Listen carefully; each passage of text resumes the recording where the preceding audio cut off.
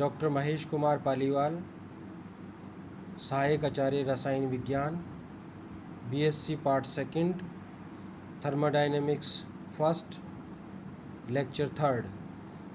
बच्चों, आज हम ऊष्मागतिकीय साम्य के बारे में अध्ययन करेंगे और ऊष्मागतिकीय प्रक्रमों के बारे में अध्ययन करेंगे। तो सबसे पहले ऊष्मागतिकीय साम्य। यदि किसी तंत्र के अवस्था गुण समय के साथ परिवर्तित न हो रहे हों और तंत्र का अपनी परिपार्श्विक के द्वारा पदार्थ और ऊर्जा का विनिमय न कर रहा हो, अर्थात तंत्र यदि परिपार्श्विक से परिसीमा के द्वारा किसी प्रकार का ऊर्जा व पदार्थ का विनिमय नहीं कर रहा हो, तो उस तंत्र को हम ऊष्मागतिकीय साम्य तंत्र कहते हैं, अर्थात वह तंत्र ऊष्मागतिकीय साम्य में है। ये तंत्र तीन प्रकार के होते हैं, या ये साम्य तीन प्रकार के होते हैं। पहला है ऊष्मीय या तापीय साम्य।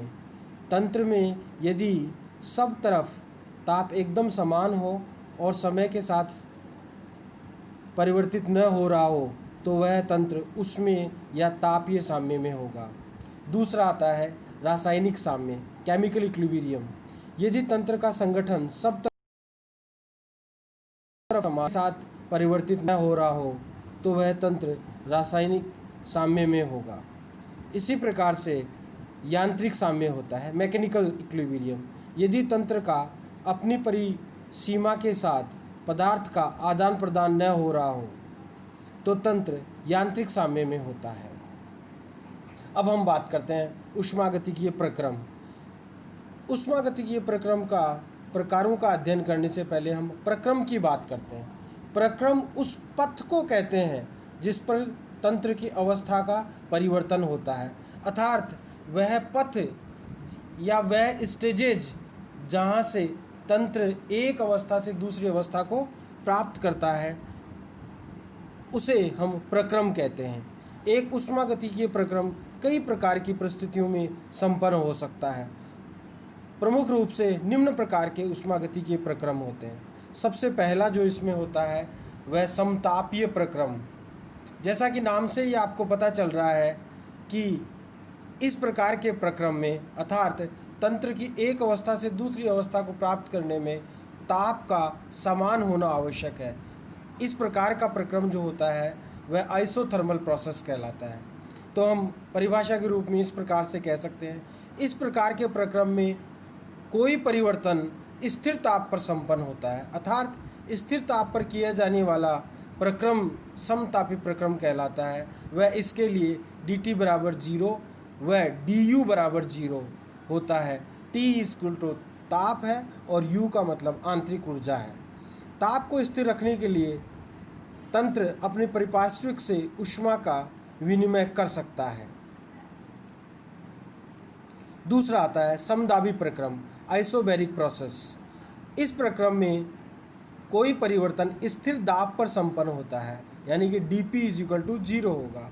दाब को स्थिर रखने के लिए तंत्र को कोई कार्य करना पड़ सकता है, यानी कि W का मान यह कोई आवश्यक नहीं है कि 0 हो ही। तीसरा आता है सम आयतनिक प्रक्रम। इस प्रक्रम में कोई परिवर्तन स्थिर आयतन पर संपन्न होता है, dV इज इक्वल टू 0। आयतन को स्थिर रखने के लिए तंत्र को कोई कार्य करना पड़ सकता है, यानी कि तंत्र सिस्टम कोई भी कार्य कर सकता है। चौथा आता है रुद्धोष्म प्रक्रम, एडियाबैटिक प्रोसेस। इस प्रक्रम में कोई परिवर्तन स्थिर ऊष्मा पर संपन्न होता है, अर्थात इस प्रक्रम में तंत्र न तो परिपार्श्विक से ऊष्मा ग्रहण कर सकता है और न ही परिपार्श्विक को ऊष्मा दे सकता है। अतः यदि कोई परिवर्तन ऊष्मा शोषी है तो परिवर्तन से तंत्र का ताप गिर जाएगा, और यदि कोई परिवर्तन ऊष्मा क्षेपी है तो उस परिवर्तन से तंत्र का ताप बढ़ जाएगा। But dQ is equal to always 0। पांचवा आता है चक्रीय प्रक्रम, साइक्लिक प्रोसेस।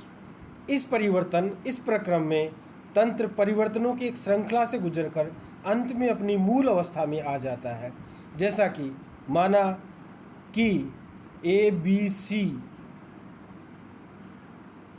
तंत्र की कई अवस्थाएं हैं, जहाँ ए मूल अवस्था है जिसमें P1, V1, T1 क्रमशः दाब, आयतन और ताप है। बी में दाब, आयतन और ताप अलग होगा। सी में दाब, आयतन और ताप अलग होगा।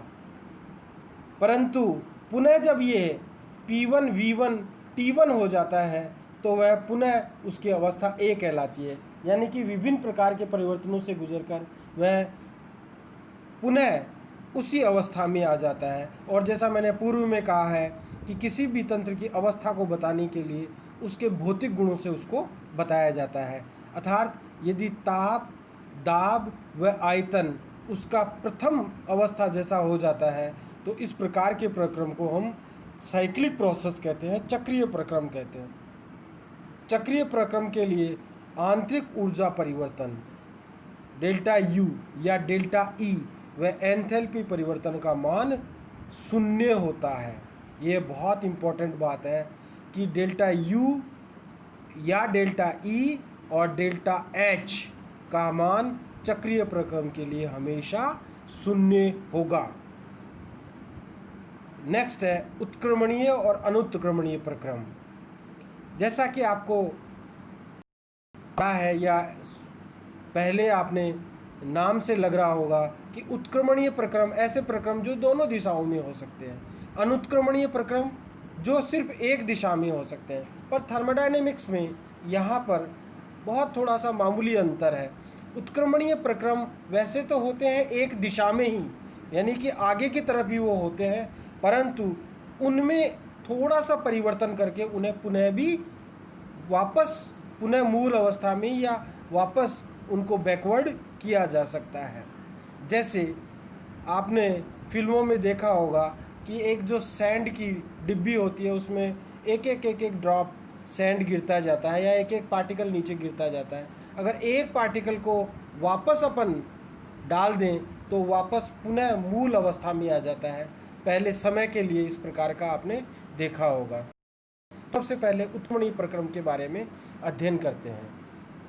यदि कोई प्रक्रम इस प्रकार से संपन्न करवाया जाए कि प्रत्येक क्षण तंत्र अपनी साम्य अवस्था से अनंत सूक्ष्म रूप से इनफाइनाइटली विचलित हो, तो ऐसे प्रक्रम को उत्क्रमणीय प्रक्रम अथवा आभासी स्थैतिक क्वासी स्टैटिक प्रक्रम कहा जाता है। इस प्रक्रम की पूर्णता की ओर बढ़ने वाली छोटी छोटी साम्य अवस्थाओं की एक ऐसी श्रेणी होती है जिसे परिपार्श्विक में कोई स्थायी प्रभाव हुए बिना अपनी पूर्ववत अवस्था में लाया जा सकता है। अर्थात इसमें बहुत सारी ऐसी श्रेणियां होती हैं या ऐसे बहुत सारे पद होते हैं जो कि परिपार्श्विक में बहुत या एकदम कम सूक्ष्म अंतर आने के बाद भी उन्हें पूर्ण मूल अवस्था में लाया जा सकता है। यानी कि ऐसे तंत्र को अगर पुनः मूल अवस्था में लाना है तो परिपार्श्विक पे बहुत ज़्यादा कोई नापनीय परिवर्तन नहीं होगा या मापनीय परिवर्तन नहीं होगा। यह एक ऐसा प्रक्रम होता है जिसे किसी भी दिशा में संपन्न किया जा सकता है। उदाहरण के लिए डैनियल सेल का हम उदाहरण लेते हैं। यदि सेल का ईएमएफ विरोधी ईएमएफ के बराबर होता है तो विद्युत धारा प्रवाहित नहीं होती है, क्योंकि यहाँ की ड्राइविंग फोर्स और अपोजिंग फोर्स का मान जो होता है वो बराबर होता है। यदि सेल का ईएमएफ विरोधी स्रोत के ईएमएफ से थोड़ा सा अधिक होता है तो अभिक्रिया डैनियल के अनुसार होती है, अर्थात जिंक और कॉपर आयन की रिएक्शन कराते हैं तो जिंक आयन में बदल जाता है और कॉपर सॉलिड के रूप में कन्वर्ट हो जाता है। परंतु यदि सेल का ईएमएफ विरोधी स्रोत के ईएमएफ से थोड़ा सा कम होता है तो अभिक्रिया विपरीत दिशा में संपन्न होती है, यानी डैनियल के अनुसार संपन्न नहीं होती। इसमें जिंक आयन जो है वो जिंक मेटल में कन्वर्ट होता है और कॉपर जो है वो कॉपर आयन में कन्वर्ट होता है। एक अन्य उदाहरण लेते हैं। माना कि हमारे पास एक सिलेंडर है, उसमें 1 मोल गैस भरी हुई है और उस सिलेंडर के ऊपर रेत रखी हुई है।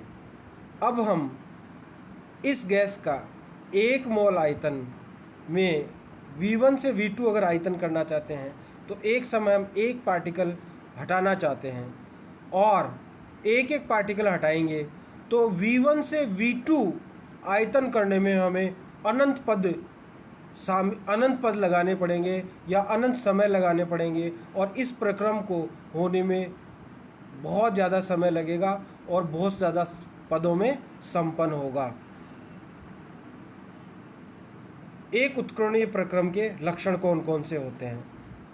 सबसे पहला लक्षण जो होता है, उत्कर्णीय प्रक्रम के दौरान किसी क्षण प्रेरक बल यानी ड्राइविंग फोर्स की तुलना में विरोधी बल जो होता है, अपोजिंग फोर्स जो होता है, वो अनंत सूक्ष्म कम या अधिक होगा और अनंत सूक्ष्म अंतर से ही प्रक्रम की दिशा को विपरीत किया जा सकता है। यदि ड्राइविंग फोर्स का मान अनंत सूक्ष्म ज़्यादा होगा तो वह आगे की तरफ फॉरवर्ड डायरेक्शन में जाएगा और अपोजिंग फोर्स का मान अगर थोड़ा सा अनंत सूक्ष्म रूप से अधिक होगा तो वह विपरीत दिशा में चला जाएगा।